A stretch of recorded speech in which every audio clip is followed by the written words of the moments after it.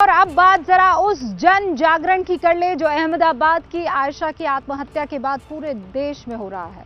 दहेज पूरे देश की और हर धर्म की समस्या है, लेकिन आवाजें अभी सिर्फ मुस्लिम धर्म गुरुओं की तरफ से उठ रही है।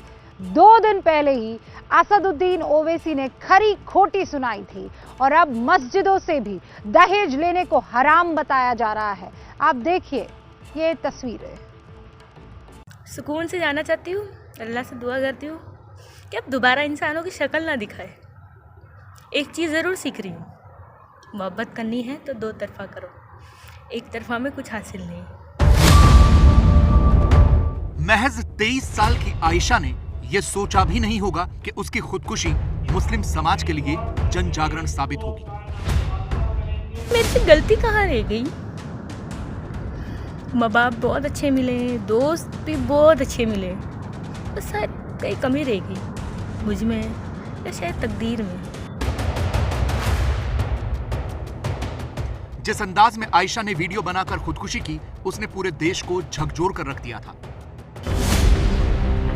बाद में यह खुलासा हुआ कि आयशा का पति लगातार दहेज की मांग करता था, इसीलिए अपने समाज के ऐसे दहेज लोभियों पर पहले असदुद्दीन ओवैसी भड़के और अब लखनऊ में जुमे की नमाज में दहेज लेना या मांगना हराम बताया गया है।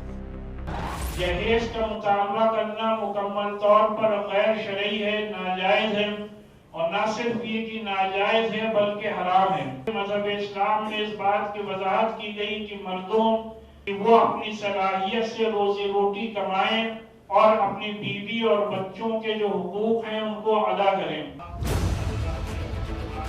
मौलाना खालिद रशीद फिरंगी महली की तरफ से ये भी कहा गया है कि जो दहेज मांगेगा उसका सामाजिक बहिष्कार किया जाएगा। उन्होंने उम्मीद जताई है कि जुमे की नमाज में हुई इस तकरीर से इस बुराई में कमी आएगी। कि जुमे की नमाज में जो कुछ भी कहा जाता है लोग उसको रिलीजियसली सुनते हैं, रिलीजियसली फॉलो करने की कोशिश करते हैं, तो लिहाजा हम लोग को पूरी उम्मीद है कि अगर इस सिलसिले में मस्जिदों के जरिए से मेहनत की जाएगी तो इसमें कामयाबी मिलेगी।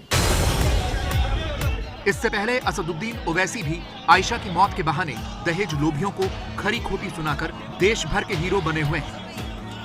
कितने माँ औरतों को तुम मारोगे? कैसे तुम मर्द हो जो बच्चियों को मार रहे हो, उनकी जानें ले रहे हो? क्या तुम में इंसानियत मर चुकी है?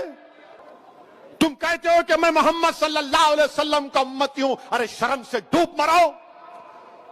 तुम रसूलुल्लाह के उम्मती हो और अब बच्ची को मारते हो, उस बच्ची से जहेज का मुतालबा करते हो। अरे इस्लाम में जहेज का मुतालबा करना हराम है, हराम है, हराम है।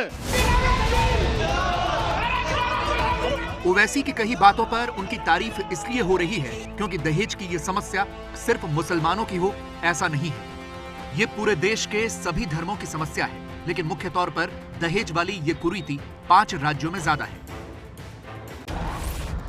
साल 2019 में देश में कुल 7,115 दहेज हत्याएं हुई, जिसमें से सिर्फ 5 राज्यों में 4,976 दहेज हत्याएं हुई। ये 5 राज्य हैं उत्तर प्रदेश, बिहार, मध्य प्रदेश, राजस्थान और पश्चिम बंगाल, जहां कुल दहेज हत्याओं के 70% मामले हुए हैं।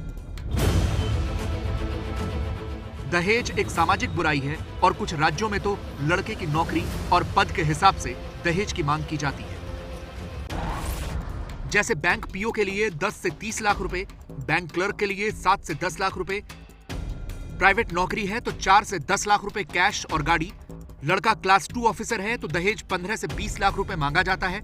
लड़का अगर आईपीएस है तो 50 से 75 लाख रुपए तक का रेट है, और अगर लड़का आईएएस है तो 60 लाख से 2 करोड़ तक की मांग होती है। इसीलिए इस बुराई का खात्मा जरूरी है।